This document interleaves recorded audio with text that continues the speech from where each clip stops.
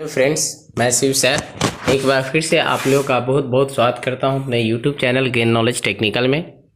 Friends, CBT की तैयारी के लिए आज मैं ट्रेड वेल्डर के लिए 10 एमसीक्यू क्वेश्चन लेकर के आ रहा हूं, जो बहुत ही इम्पोर्टेंट क्वेश्चन है, जो मैंने प्रीवियस ईयर में पूछे गए प्रश्न को उठाया है। उन्हीं प्रश्नों को मैंने सेलेक्ट किया है। ये सेलेक्टेड क्वेश्चन है और ऐसे ही क्वेश्चन बार बार पूछे जाते हैं, तो इन्हीं प्रश्नों का जवाब और उसके साथ ही साथ उसको कैसे हम याद रख पाएंगे, ये सारी डिटेल्स जानकारी मैं आपको दूंगा।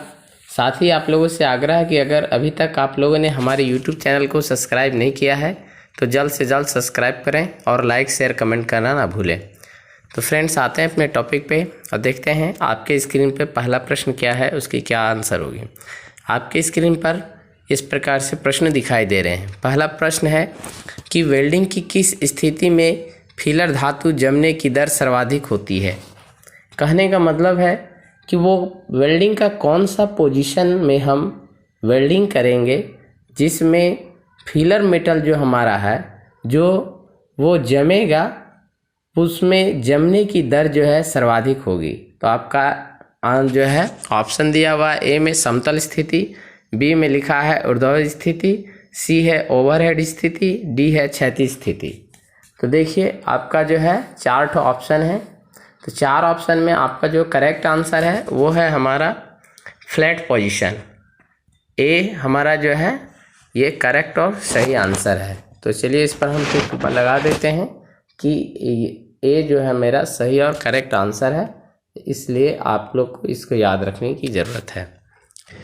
चलिए अब आगे बढ़ते हैं, देखते हैं अगला प्रश्न क्या कहता है। अगला प्रश्न आपके स्क्रीन पर इस प्रकार से है। अगला प्रश्न है कि आर्क वेल्डिंग में मतलब डायमीटर 6 mm के MS इलेक्ट्रोड के लिए आवश्यक ताप की सीमा कितनी होती है। देखिए ऑप्शन आपके स्क्रीन पर इस प्रकार से है। पहला है 140 से 180 एम्पेयर, बी है 180 से 230 एम्पेयर, उसके बाद सी है 240 से 300 एम्पेयर और डी है हमारा 310 से 400 एम्पेयर। इसके क्या सही आंसर होंगे? आप अपने स्क्रीन पर क्वेश्चन को देख रहे हैं। आपको अगर इसका आंसर पता है तो जवाब दें। इसका करेक्ट और सही आंसर है डी नंबर हमारा 310 से 400 एम्पेयर। आर्क वेल्डिंग में जो है 6 mm डायमीटर के MS इलेक्ट्रोड के लिए जो हम करंट सेट करेंगे वो ताप की जो सीमा हमारी होगी वो 310 से 400 एम्पेयर की रहेगी। तो ये मेरा करेक्ट और सही आंसर है, जिसे मैं टिक मार देता हूँ। तो हमारा ऑप्शन नंबर डी करेक्ट और सही आंसर है। चलिए आगे बढ़ते हैं और देखते हैं कि अगला प्रश्न आपके स्क्रीन पर क्या कहता है। देखिए ऐसे प्रश्न को आप लोग जो है हमेशा कॉपी में नोट कर लीजिए और नोट करने के बाद इसको याद रखिए भी।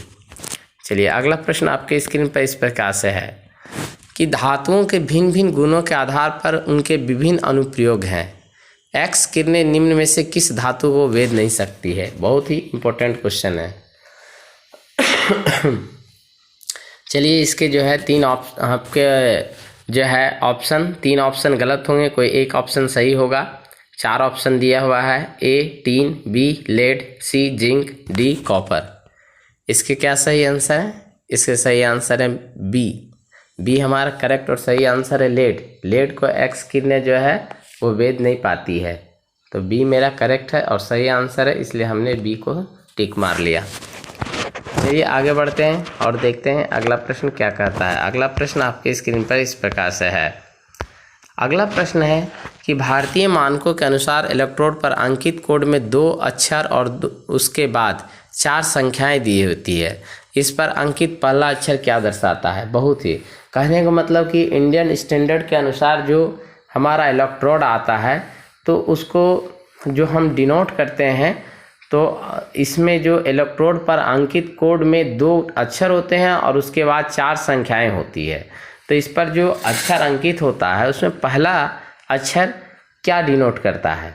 तो देखिए ऑप्शन ए वेल्डिंग की स्थिति, बी टेंसिल स्ट्रेंथ, सी हो गया दीर्घकोण का प्रतिशत, डी हो गया वेल्डिंग के करंट और वोल्टेज की स्थिति। तो इसके क्या सही आंसर है? तो इसके सही आंसर है बी, टेंसिल स्ट्रेंथ को जो है हमको दर्शाता है। तो बी मेरा करेक्ट और सही आंसर है, जिसको मैंने लगा दिया टिक।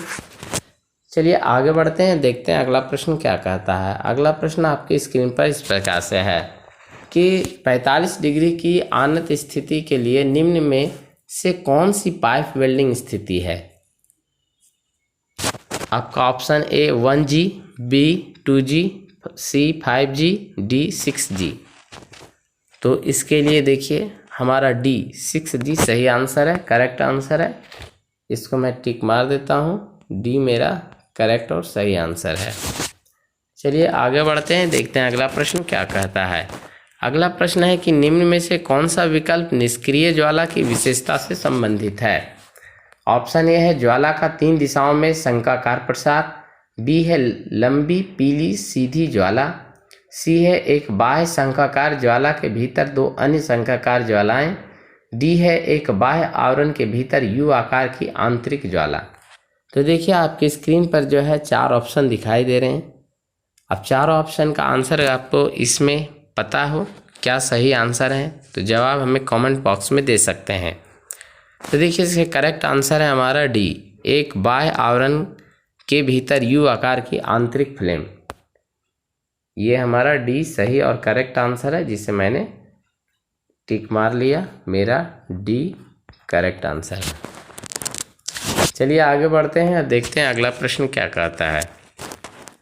अगला प्रश्न है कि सील्ड मेटल आर्क वेल्डिंग में विद्युत आर्क का तापमान कितना होता है? अभी आप लोगों ने जो प्रैक्टिकल परीक्षा दिया देखिए, उसमें देखे हुए कि आपका सील्ड मेटल आर्क वेल्डिंग के द्वारा जॉब बनाने के लिए दिया गया था, जो आपका 3 नंबर जॉब था उस जॉब में। तो 3 नंबर जॉब में सील्ड मेटल आर्क वेल्डिंग के द्वारा आपको वेल्डिंग करके जॉब बनाना था, उसी से ये संबंधित प्रश्न है। प्रश्न कहता है कि सील्ड मेटल आर्क वेल्डिंग में विद्युत आर्क का तापमान कितना होता है? तो देखिए ऑप्शन है ए 3000 से 3200 डिग्री सेल्सियस, बी है 3300 से 3500 डिग्री सेल्सियस, सी है 3600 से 4000 डिग्री सेल्सियस, डी है 4200 से 4500 डिग्री सेल्सियस। तो 4 ऑप्शन आपकी स्क्रीन पर दिखाई दे रहे हैं। तो देखिए इसका करेक्ट और सही आंसर है 4200 डिग्री सेल्सियस से 4500 डिग्री सेल्सियस तक। ये मेरा करेक्ट और सही आंसर है, जिसे मैंने टिक मार दिया। तो ये मेरा सही आंसर है। चलिए फ्रेंड्स अब आगे बढ़ते हैं, अगला प्रश्न देखते हैं। अगला प्रश्न आपके स्क्रीन पर इस प्रकार से है। अगला प्रश्न है कि निम्न में से कौन सा विकल्प कार्बोराइजिंग फ्लेम की विशेषता से संबंधित है? ऑप्शन आपका ए है एक बाह्य आवरण और भीतर 2 अन्य शंक्वाकार ज्वालाएं, बी है 3 शंक्वाकार ज्वालाएं और एक बाह्य आवरण, सी है एक बाह्य आवरण और छोटी पीली ज्वाला, डी है लंबी पीली सीधी ज्वाला आवरण।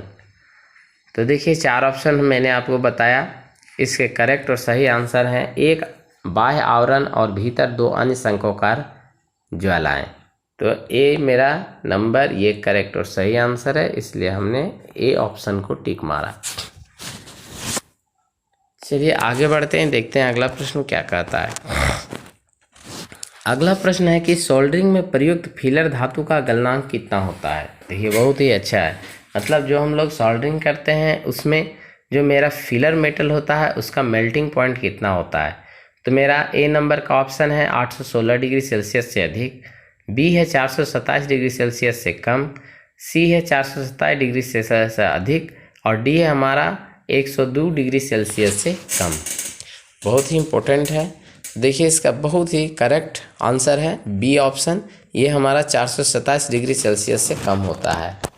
तो 427 डिग्री सेल्सियस से हमें कम रख करके ही सोल्डरिंग का कार्य कर सकते हैं। चलिए फ्रेंड्स अब आगे बढ़ते हैं, अगला प्रश्न देखते हैं। अगला प्रश्न आपके स्क्रीन पर इस प्रकार से है। अगला प्रश्न जिसमें कहता है कि इलेक्ट्रोड का AWS कोड E अक्षर से शुरू होता है, जिसके बाद 4 संख्याएं दी गई होती है। इसमें दी गई तीसरी संख्या क्या प्रदर्शित करती है? ऑप्शन आपके स्क्रीन पर इस प्रकार से दिखाई दे रहा है। पहला है ए ध्रुवता, बी है वेल्डिंग की स्थिति, सी है फ्लक्स कोटिंग का प्रकार, डी है वेल्ड की हुई धातु की टेंसिल स्ट्रेंथ। तो बहुत ही इम्पोर्टेंट ये क्वेश्चन ये है। तो इसका सही आंसर है वेल्डिंग की स्थिति। जो हमारा संख्या दी होती है इसमें तीसरी संख्या जो है वेल्डिंग की स्थिति को दर्शाती है। तो मेरा ये बी नंबर करेक्ट और सही आंसर है, जिसे मैंने टिक मार लिया। चलिए फ्रेंड्स, अब आगे बढ़ते हैं और अगला प्रश्न देखते हैं। तो प्रश्न आपके जो है 10 थे, 10 के 10 प्रश्न कंप्लीट हो गए। ये 10 प्रश्न को आज मैंने करवाया। तो आप लोगों से आग्रह है कि ये जो प्रश्न मैं करवा रहा हूँ इसको आप लोग अपने नोटबुक में ज़रूर उतार लें।